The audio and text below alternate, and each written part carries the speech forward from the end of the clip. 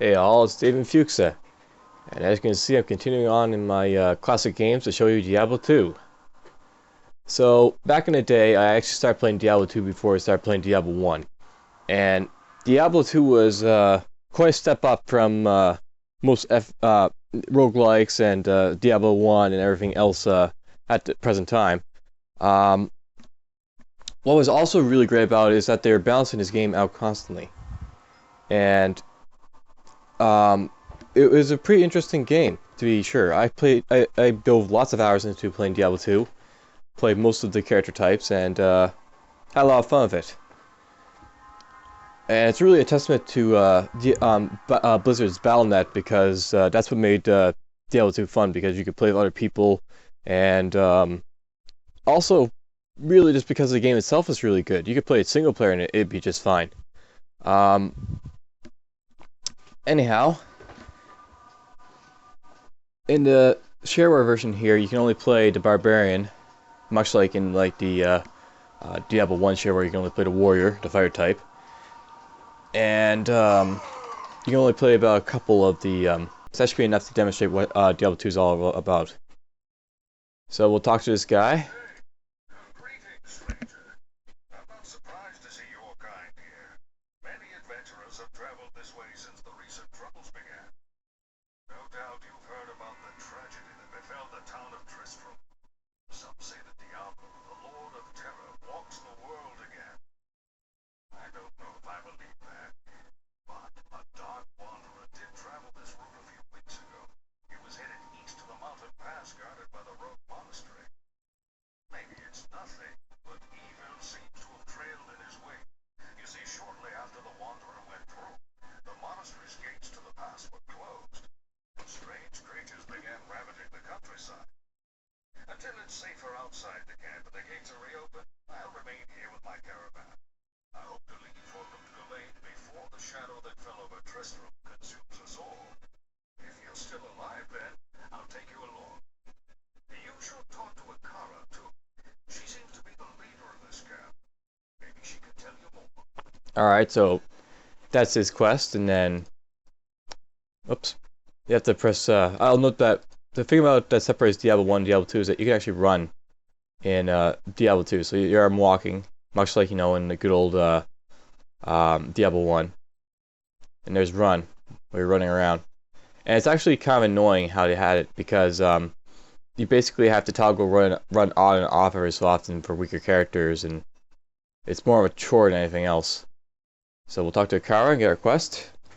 I am Akara, High Priestess, the Sisterhood of the Sightless Eye. I welcome the traveler to our camp, but I'm afraid I can offer you but poor shelter within these rickety walls. You see, our ancient sisterhood has fallen under a strange curse. Mighty citadel, from which we have guarded the gates to the east for generations, is corrupted by Diablo.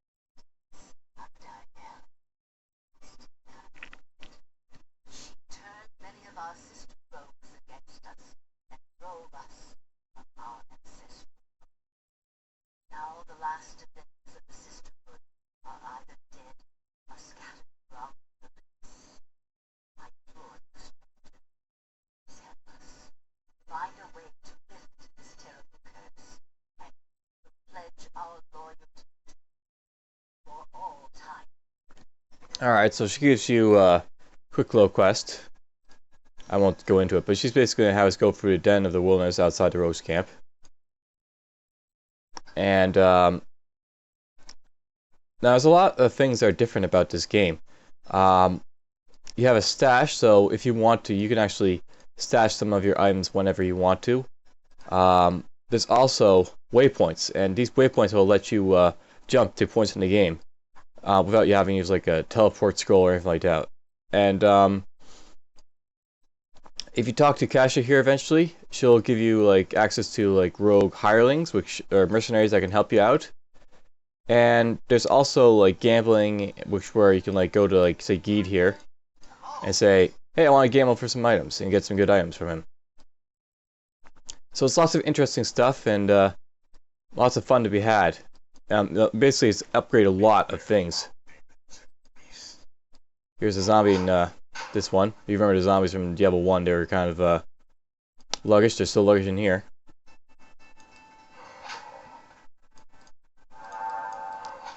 I'll wander around, I guess, outside for a little bit just to get some experience. Here's some quill rats. They're a little bit new to Diablo 2. There's another experience shrine. We'll run around a little bit more then.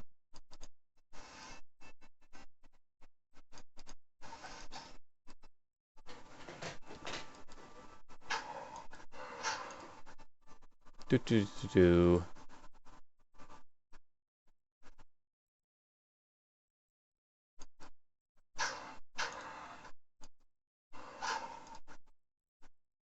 I'll run back this way. As you see, my stamina run out, so I have to wait for my stamina bar to come back up, and I'll have to walk around a little bit. So this is like one of the nuisances about the running and walking. It gets like, you know, you can't run, you can't run, you can't run. It's just kind of annoying.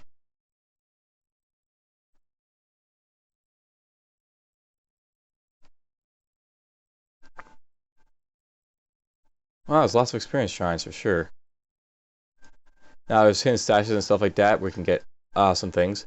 Here's a fundamental potion. It's really interesting how it can be used. You can use it like to throw that stuff. There's a level.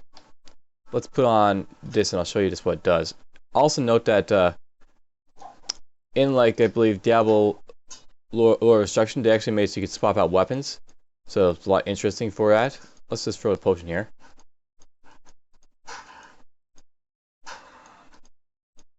So I actually killed the rat with the potion if you saw it, but I sort of flew by it a little bit too fast, I think.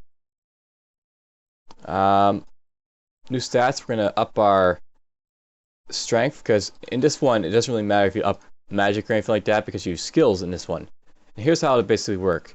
You can basically get all these skills that let you improve your character quite a bit. And let's just see here. Let's go to combat skills. Let's get bash, and I'll show you what bash does. And basically, this is how, like, you make your character stronger. You just keep upgrading your skills instead of, like, you know, trying to find spellbooks to upgrade yourself. And these skills can affect how you inflict stuff in combat. So I can go up to him and start bashing him. So here's a bash, and it basically hits really hard when you get up to an enemy with it. Of course, it's kind of weak when, you know, stuff dies so quickly for me anyways, but whatever. Much like in Diablo 1, stats do play a key part in how you build your character. Strength and dexterity determine what items you can wear, and things like vitality will determine how much stamina you have. Energy is still important though, but it helps like your mana. And as you see here, my mana is actually going up by itself. It's up to 10, 11. It should go up to 11, 10, or 11, 11 in a moment. Go up this guy. Your HP doesn't restore like that. That's only in Diablo 3 where your HP will restore by itself, or if you're playing a paladin. And paladins in this, if you play them, they will automatically restore their HP with prayer, or with later on skills like mediation, which will act like prayer, along with giving you ability to regenerate mana.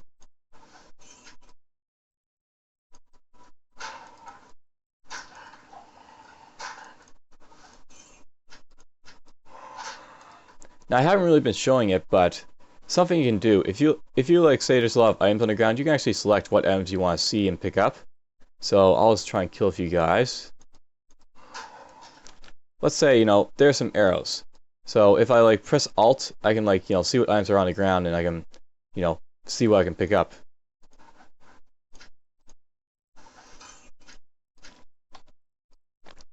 Much like in Diablo 1, you are actually able to use you know, bows and stuff like that, so can't put them on, I don't think, because, you know, it's not identified, but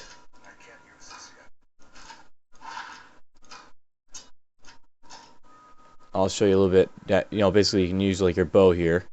I'm not like specifically designed to use a bow, but I can use a bow if I want to. Unlike in, like, say, what do you call it, Diablo 1, if you not Diablo 1, Diablo 3, you can't equip weapons if you, like, you know, some weapons if you're not designed for them. At least in like Diablo 1 and 2, you can use like a bow. You can use a rod or whatever else if you're not designed to use it. You can still use them. Something to know as well, I guess, about staves and wands. They can contain charges, but it's a little bit toned down, this one. They made it so that basically wands and staves are more useful for mostly holding like something to increase your spell skills than anything else, really.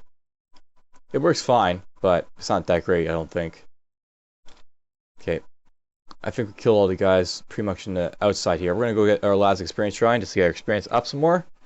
And then I'm going to investigate the first dungeon.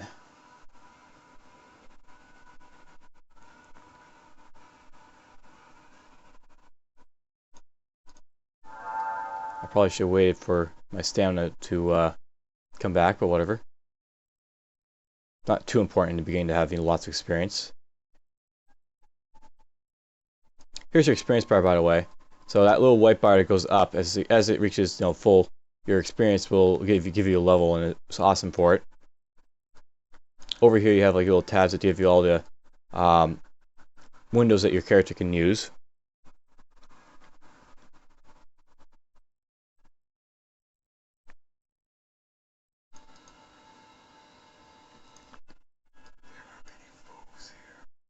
Here's some Fallens, if you remember them from Diablo 1. But here's a Fallen Shaman. It has a special ability to raise Fallen up. Sharp bow.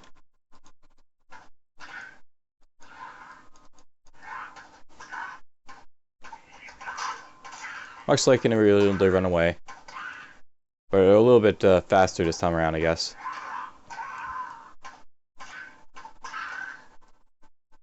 I'm gonna keep going for a little bit before I spend my experience.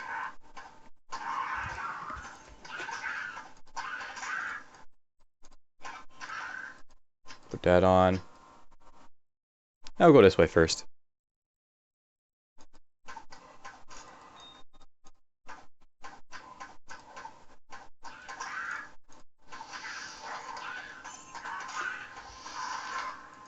As you see, they cast spells too. They actually made it really interesting how they set up the ability for stuff to fight.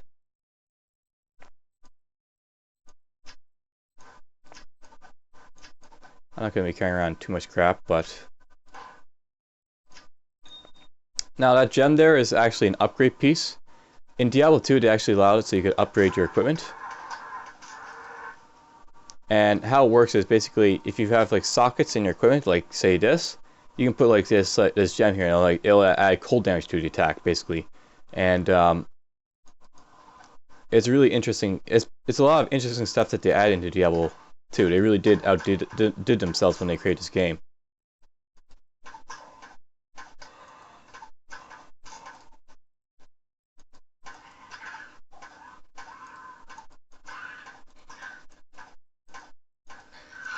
It's funny how weak Fallen are.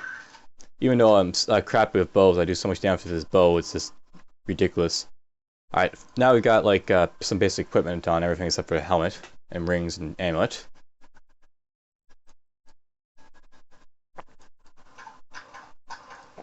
I actually will probably want to go spend my experience soon, since I'm no longer running on experience penalties anymore and all that. Let's up my dexterity now. Each of the stats will also really help you quite a bit in how you play.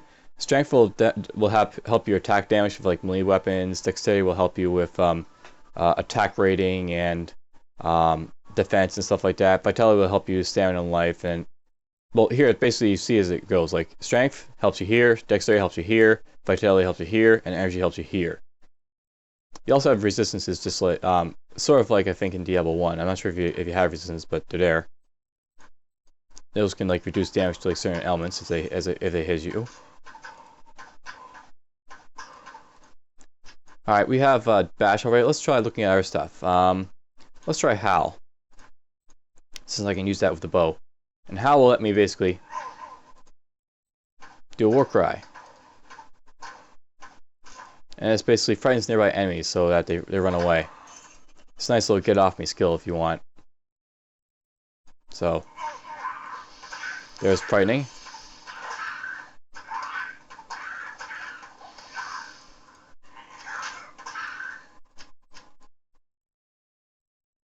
So as stated, I don't actually gain my HP back while I fight, so I have to watch my HP, but much like in Diablo 1, if I level, I get my HP back anyway, so.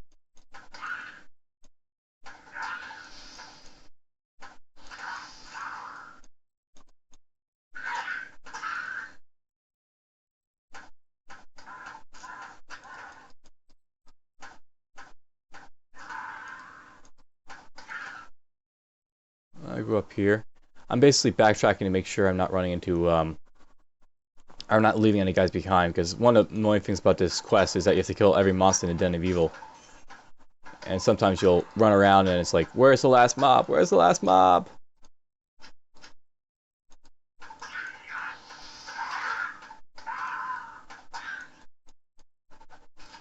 I could be dodging these guys better, but let's put this on.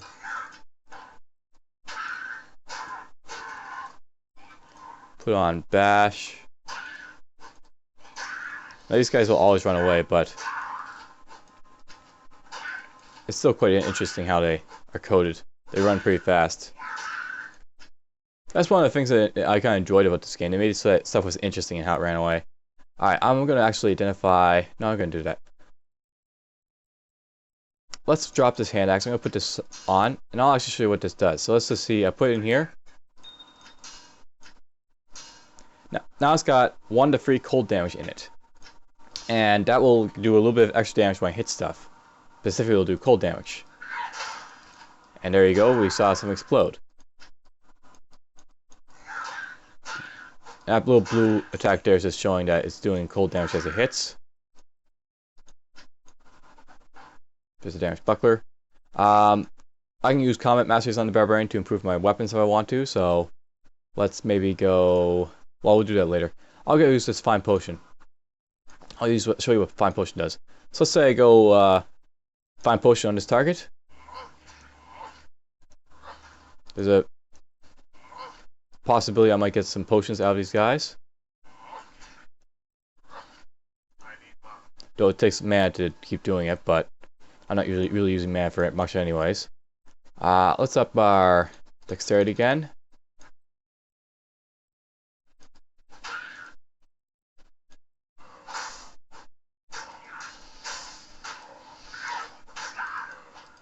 There we go. There's Corpse Fire.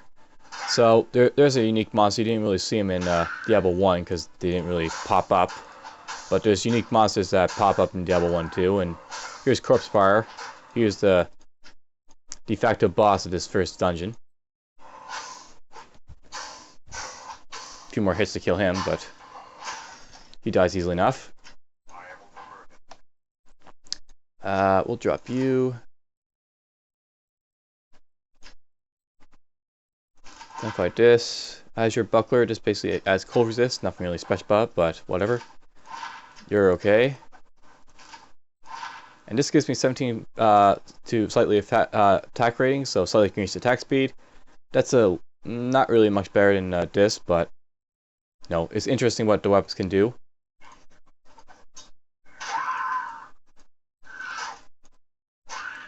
Now, as you see, quest log, 5 monsters remaining, and this is where it can possibly get annoying. Now, as I said, items will work a little bit differently. Here's a cracked wand.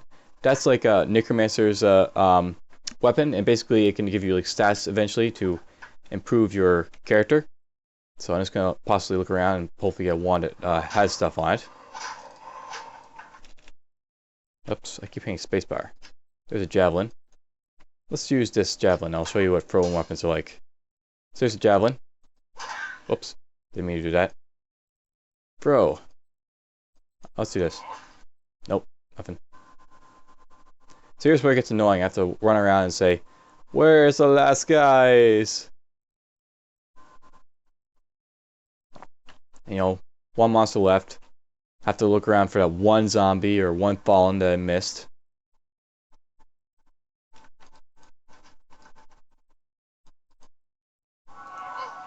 Because, you know, you have to kill them all. There we go. So this got me a potion. You can also do find item eventually with barbarians, which is cool. There he is. And we're done.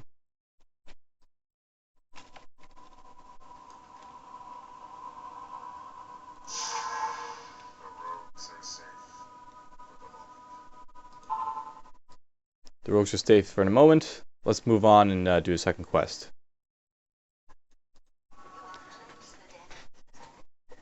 Earned my trust, and yet restore my faith in humanity. The reward is straight in the skill of your choice. Alright, so she is happy. She gives me my reward. I can get a skill of my choice, and much like in Diablo 1, you can raise your skills up past 1, so let's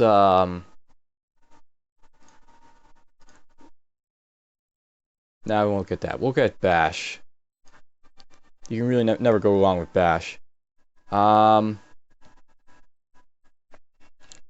Since I can't swap weapons in this one, I don't really care about the bow, so let's sell you, sell you, that too.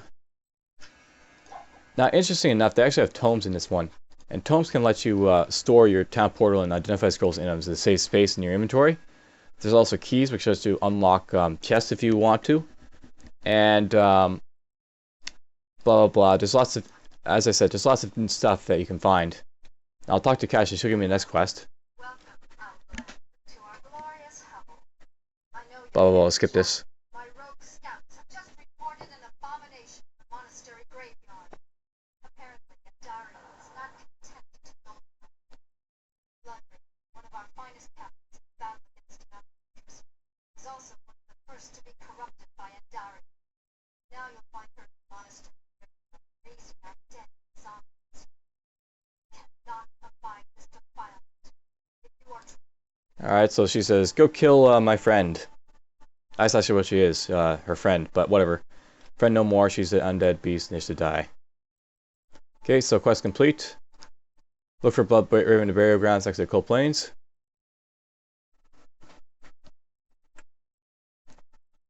So compared to like Diablo 1, this is like a really interesting game. And it has a lot of continuity and replayability to it. So here's Flavy, she got the beware. Beyond lies mortal danger, the likes of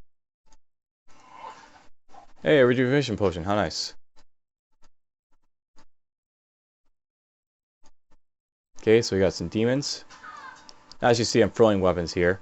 This is what javelins are good for. It can be used as thrown weapons, so. And barbarians are actually not that bad for throwing stuff either.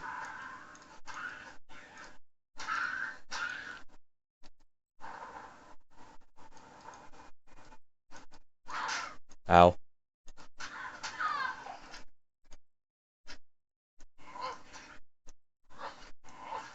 See if I can find more potions, even though I don't need them.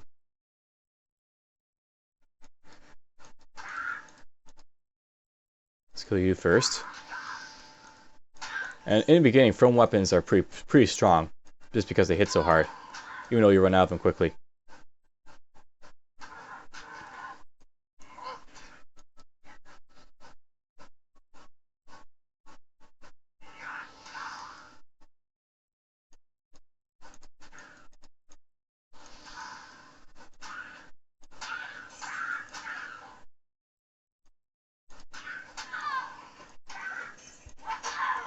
Alright, we ran out of weapons there, but whatever. That's bound to happen anyway, so no big loss. What's really interesting is that they also have these roads, so even though like these maps that I'm running in here, it's really hard to see where you're going, these roads can really help you out in running around.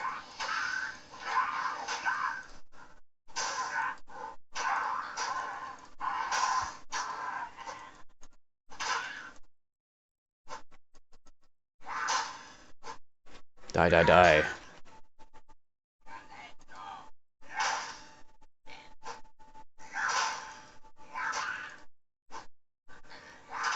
Alright, we're gonna have to walk a little bit because my stamina's getting low. Let's use my potions to regenerate, and you'll see that potions take a while to regenerate you in this one. In Diablo 1, the potions are instant, but in this one, they're a lot slower because something that really happens in this game is that it's a pop fest. You basically keep using potions and potions over and over again. That's like just one way to delay it a little bit so you don't constantly use potions over and over again. Here's the burial ground, so kill Blood Raven.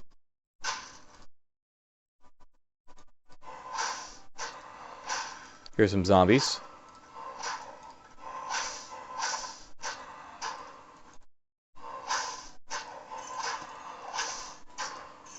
I could run into the middle and start killing her, but I'm going to stay out here a little bit. Get my next level if possible.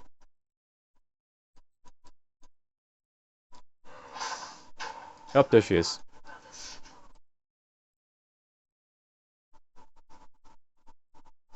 I'm gonna let these guys come to me first, though. I want to try and kill them. Pathing in here is a little bit better in this one. They'll actually try and move around walls to get to you, and eventually they'll get to you. Unlike in Diablo 1 where they're a little bit stupid and all that. Alright, we're gonna go kill her then.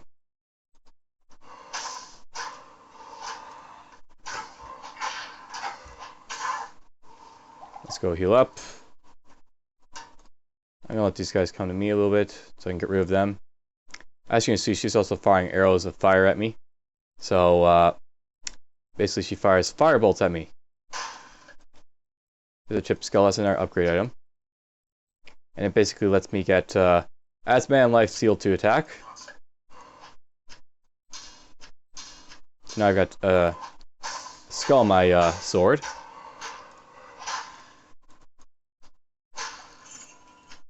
Okay, let's go finish her off.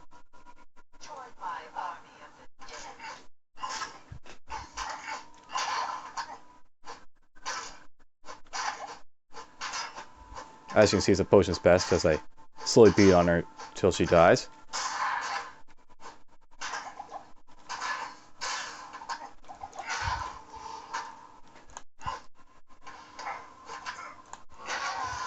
And she died.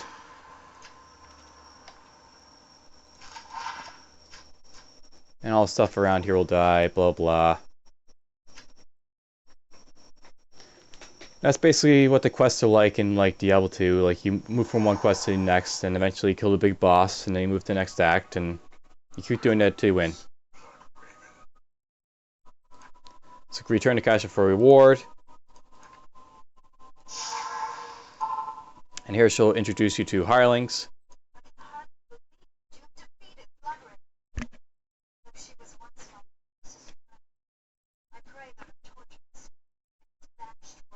Blah blah blah. We already know that she's gonna say lots of stuff. So here's a rogue. In like the Lord of Destruction, they can be upgraded to be like more permanent hirelings. In this one, they're less permanent, but they do come around with you. So there's my rogue, and she'll level with me and other stuff. Even though she'll probably die quickly, but she's interesting to have around. So this is show her off. And she fires fire arrows too.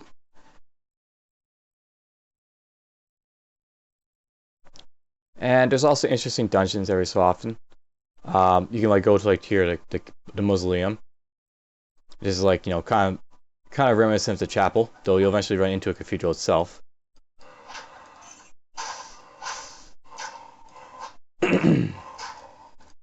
Anyhow, you get the basic idea of what Diablo 2 has and what it offers and all that. I think they will call it an end at this point, and hope you enjoyed my run through this game as a reminiscence to it. Diablo 3 was a disappointment, though, in my opinion, in comparison to like how broad and vast this game was. But whatever. It's just still a good game to go back to, and there's also other new Diablo-likes that are coming out, and hopefully I'll be enjoying them, at least where Diablo 3 did not provide much enjoyment. Alright, hope you have enjoyed.